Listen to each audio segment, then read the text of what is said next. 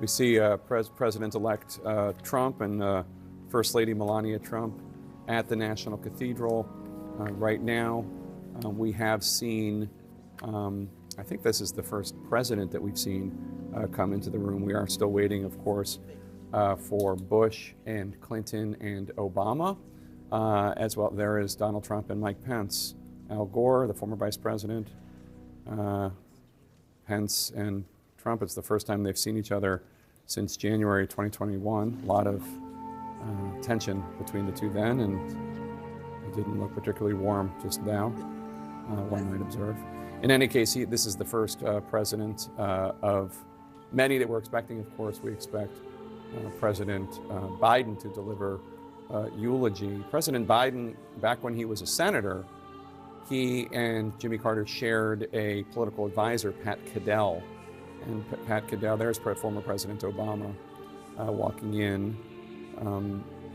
First Lady Michelle Obama is not going to be with him today, but here he is joining the club, saying hello to Mike Pence, saying hello to Mike Pence's wife Karen, saying hello to Al Gore. We did not see a greeting of or by President Trump. There he is saying hi to Marilyn Quayle. Did shake hands? He did shake. He shook. Okay, I couldn't see it from the angle I was at. Obama and Trump sitting next to each other, talking to each other there. But President Obama did say hello to Marilyn Quayle and former Vice President Dan Quayle. Oh, that's such an image.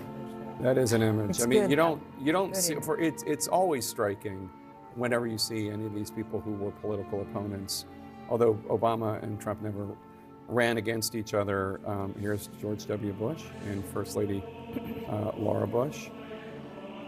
Interesting how Barack Obama stood up to let them through. Again, saying hello to the former vice presidents, Al Gore, Mike Pence, and George W. Bush. I may have missed it, Jake, but I do not think former President Bush or Laura Bush shook hands with. They walked right past it. The Trumps. I would find that very surprising if they didn't. Maybe we didn't see that. We might not have seen it. The angle keeps shifting back and forth. Right. Might still happen. But you see Barack Obama and Donald Trump having what seems like friendly chit-chat. There's former President Bill Clinton with First Lady and Secretary of State Hillary Clinton walking around. On the other side, it's, of course, the closest to the seats, but also avoids the potential awkwardness of a moment between the Trumps and the Clintons that might not be as warm as the ones she's having with the former vice president. So let's go to Caitlin Collins, who's outside the cathedral. I mean, Jake, to be able to hear those conversations that are happening, these are just moments that you don't see hardly ever. And just to go back to that moment where Trump walked into the room and shook hands with Mike Pence, that is the first interaction that those two have had. They have not even been in the same room in 4 years. I called to just double check that this morning with a few aides of both of theirs. And it just was a moment to see them come and shake hands with one another. And Jeff, obviously to see this moment, Jeff, you covered President Obama, to see the two of them speaking to one another, seated next to one another, which I don't think they have been at one of these funerals or gatherings where they've been in the same room before. They have not. It truly is extraordinary. The last time most of them were in the same room was in 2018 at the funeral of George H.W. Bush. President Trump was in office then. One person missing from this is Michelle Obama. I'm told by her advisors that she had a scheduling conflict. She's actually still in Hawaii from an extended holiday vacation. So she's missing there. But if you look from these presidencies, they are linked one to another. That's how it works. Of course, and Hillary Clinton, seeing her there. But Jimmy Carter, as you'll remember, Casey, we covered the Bernie Sanders campaign. Jimmy Carter supported him over her. So there are so many rifts between and rivalries between these former presidents. But today, for at least, you can see them. There is comedy and somewhat of a camaraderie. Well, they're united in a unique way now that they have all won the right to be a part of the fraternity. But as you point out, they are, before arriving to the Oval Office, fierce rivals with those. And in in the case of the way our politics has played out in recent decades, you have seen members of the same families running for president. Two Bushes serving as president of the United States. Obviously, one Clinton serving, the other running. And this extended conversation between Donald Trump and Barack Obama, just so fascinating, especially when you think about how some of the things that Donald Trump said and did while Obama was president, while your point is taken, they didn't run against each other. It was so incredibly personal. Yeah, he claimed he wasn't an American citizen. And of course, as when here comes in the before, room, Vice President Harris and Doug Emhoff also entering the room. Harris is right behind President Biden in her motorcade, so obviously we should expect to see him soon as well. And as we know, we're thinking as Gerald Ford's son is going to be reading his words, his eulogy for President Carter here. I was thinking this morning, about how Gerald Ford and Jimmy Carter both in a way had President Nixon to thank for coming into office, and to look at this rare club here known as the President's Club.